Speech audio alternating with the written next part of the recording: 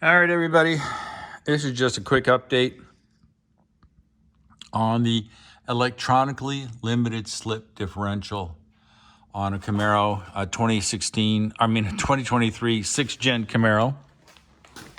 This is the ZL1, which is a recent acquisition. This will be my third time doing the oil on the rear diff. And everybody says, why do you do it 3 times? Why do you do it 3 times? Well, it's pretty simple. I'm assuming, given the tubes that come out of it and the coolers, that although I just get about 1.5 quarts out of it, that there's more in it than 1.5 quarts. That there's stuff in the lines, there's stuff in the cooler, up in front. I mean, look at these lines. They just go everywhere.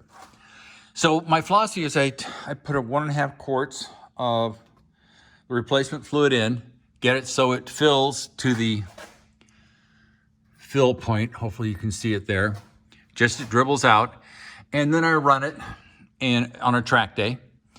And then I drain it. And so this time I drained it and there was no smuts on the plugs, which is good.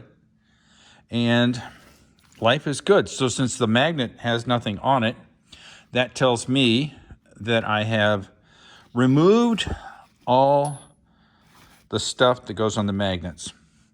And given that the electronic limited slip is very cool technology, but can you imagine what it costs to replace one of these electronically limited slips, ELSDs, electronically limited slip differential, from a 6th-gen Camaro? Because this is in the SS 1LE, it's in the ZL1 1LE.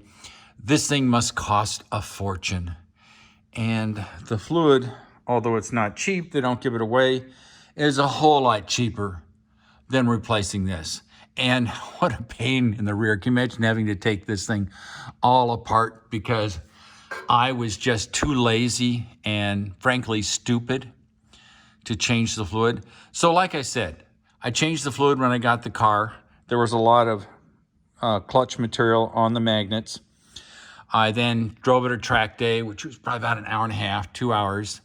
Then I drained out another 1.5 quarts. As you know, I always check the fluid I'm draining out.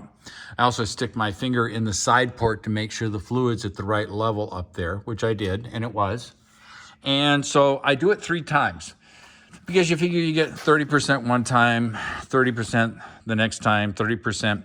It mixes up the clean fluid with the residual dirty fluid. Now that does not remove 100%, but given that I don't have any more residual on the magnets after 3 hours of track time, that tells me there isn't a lot of material in the diff. So I have the approved Chevrolet fluid, and it contains a limited slip friction modifier.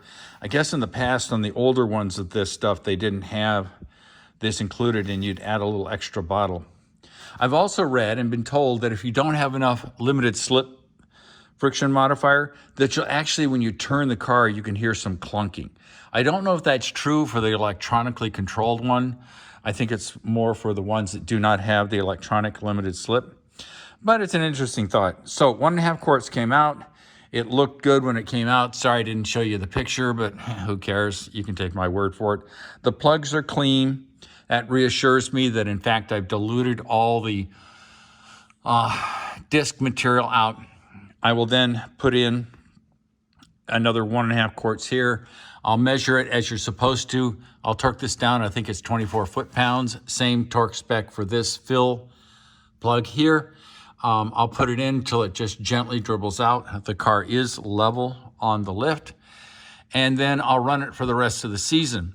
And then what I do, as you probably all know, before I store a car for the winter, I do my usual routine. Oil and filter change, alcohol-free fuel, fuel stabilizer. I change all the fluids. I even bleed the brakes. And then I put the car in storage knowing that it's as perfect as it can be. So when suddenly the car gets pulled out of storage, all I've got to do is check the fluids, roughly I don't have to get everything freshened up. I don't like storing cars with old fluid. I've just never understood it. People say, oh, I always change it in the spring. Well, you're trying to get ready for a track day.